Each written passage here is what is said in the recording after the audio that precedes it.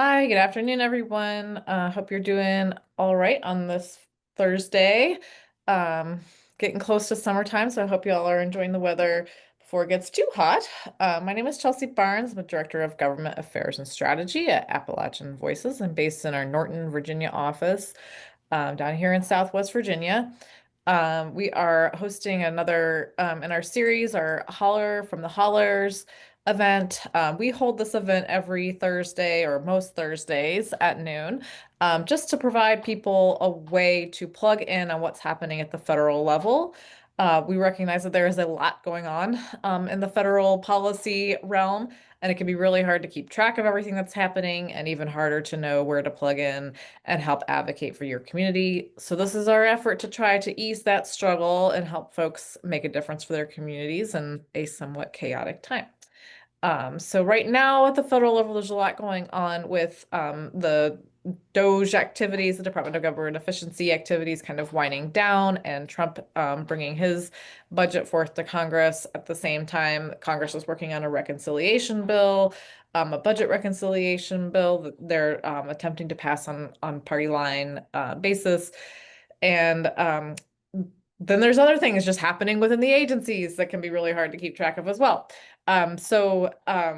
We are all this is to say there's a lot going on, but we know that one of the most effective things we can do is to simply call your members of Congress. So that's what we're going to do during this time. And then we also have a bonus action on the Southgate pipeline issue that Jess will be speaking to as well. So with that, I'm going to jump in. Um, Today we are talking about the methane gas pipeline build out that is being proposed in throughout Appalachia in the Southeast, and how that relates to the One Big Beautiful Bill Act, or Trump's budget reconciliation bill that is currently moving through the Senate. So we've done a couple of these events related to the budget reconciliation bill, but today we're really focusing in on what it means for these fossil fuel infrastructure projects that are impacting our region. So there's a lot happening in that space in this region right now. So I'm going to hand it over to Jess to talk a little bit more. Thanks so much, Chelsea. I'm Jessica Sims. I'm the Virginia Field Coordinator with Appalachian Voices. I'm based in Virginia.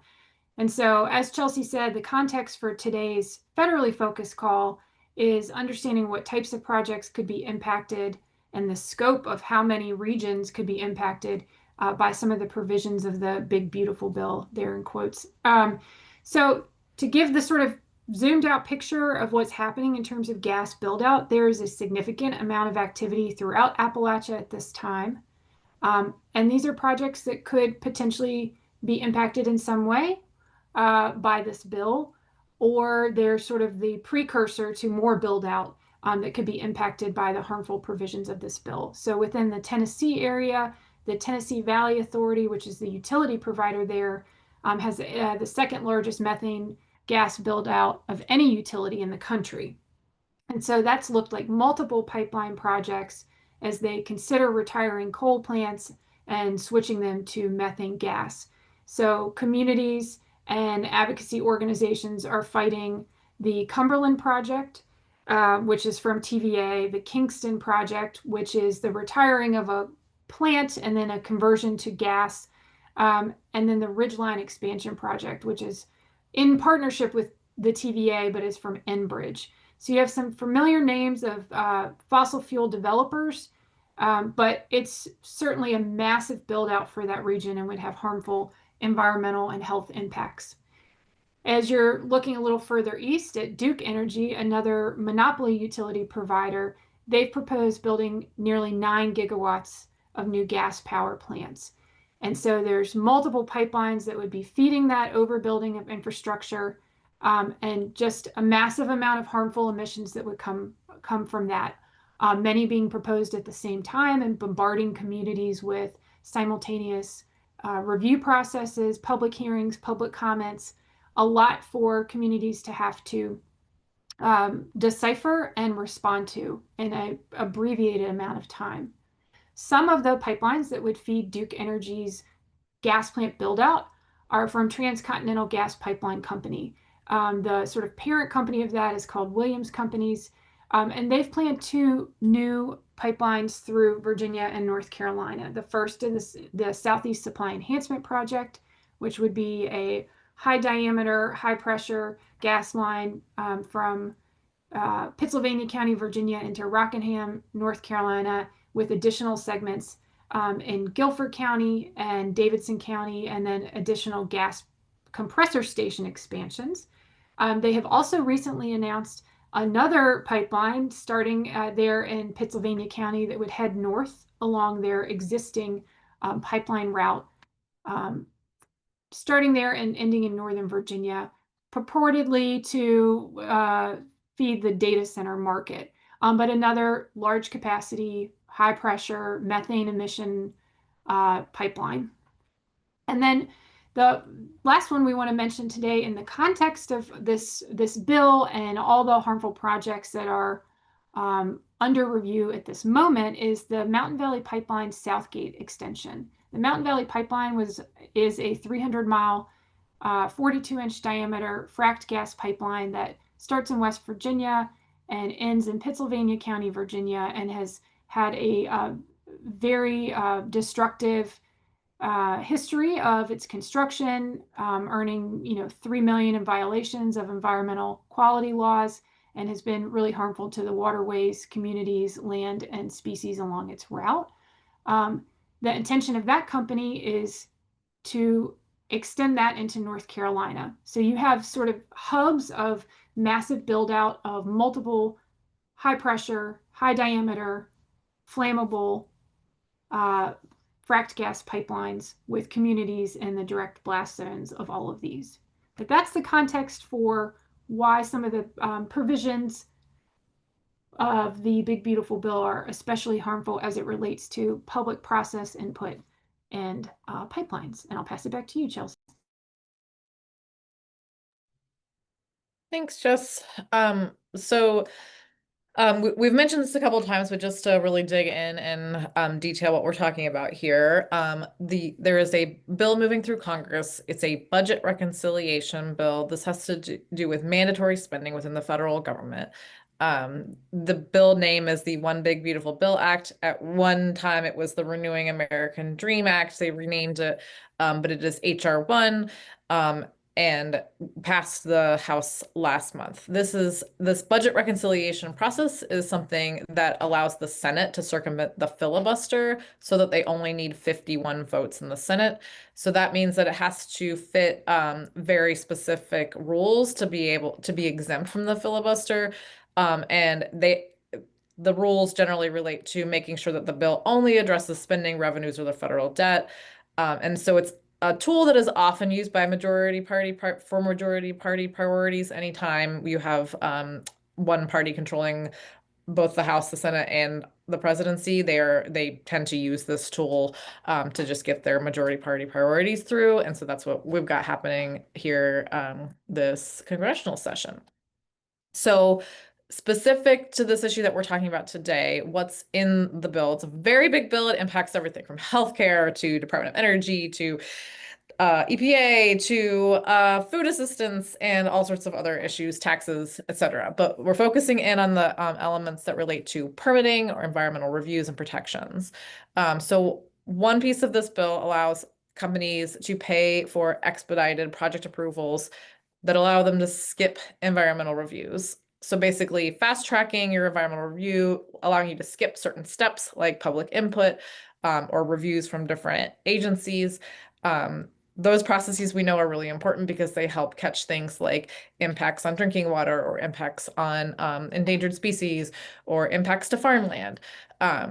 The provision would also exempt these projects from judicial review, which means exempt them from lawsuits. So if you're a company that's building a project and you pay your extra fee, no, if you destroy a farmer's land and they want to sue you to revoke your permit, they can't do that because this bill will protect them from that legal review. Caveat that I am not an attorney, so don't rely on everything I like to say as legal advice. But just to give you an idea of kind of the broad strokes of the potential impacts there. The bill also allows companies to conduct their own environmental reviews instead of relying on agency staff for their reviews. Specific to liquid natural gas export terminals and gas pipelines. There are very specific provisions for them that allow the project sponsors to pay a $10 million fee or 1% of their overall project cost to similarly get some expedited regulatory approval. It also creates a fee that allows the DOE, the Department of Energy, to just declare your project in the public interest, regardless of whether or not it is. And then also creates a new program to compensate oil, gas, and coal companies if their project fails due to lawsuits or permitting issues. So they can plan a bad project, fail the permitting process, or have a lawsuit that cancels their project, and then the federal government is proposing to then financially compensate them for that loss, which incentivizes people to plan bad projects. So I hope you all can see how the the impacts of this might hurt our communities, allowing them to skip over reviews and processes simply by paying an extra fee is going to promote and incentivize a lot of really bad projects on top of what we already see. And some of the projects that Jess mentioned are at various stages of permitting processes. Some of those project sponsors could opt to pull their current permits and reapply under this new regime if it is enacted. So what's happening now is that the House passed this bill last month, and it goes to the Senate now. The Senate will be releasing chunks of the bill. They're making their own changes to it. They're releasing it in sections over the coming weeks. Another section was the first section was released yesterday that relates to the EPA, and the bad provisions that were related to the EPA in the House version are still in this version. They're planning to vote on the full bill by July 4th. So the next couple weeks are really important for having an impact on this.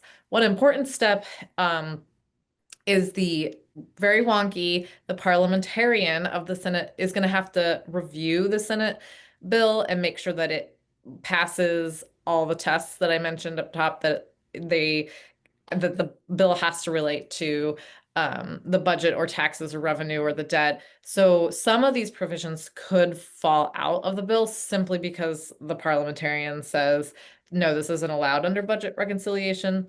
But we can't hang our hat on that. We can't rely on that. I think a lot of these provisions that we're talking about today are at risk of that, but it's no guarantee. So we need to remain vigilant and really press on the Senate to remove these corrupt provisions from the bill. Because the Senate is making changes, the bill will have to go back to the House for another vote before it goes to the president. So we've got a few more steps here before this is law, and plenty of time to take action. So what we're doing today is calling your two senators. Unless you live in DC, I'm really sorry. This isn't for you, but you can take our bonus action at the end. But everyone should have two senators. Our toolkit that hopefully someone, Abby or Jess, can share in the chat will help you identify who those senators are. Very easily, you can just use this Capitol switchboard phone number that you see on your screen.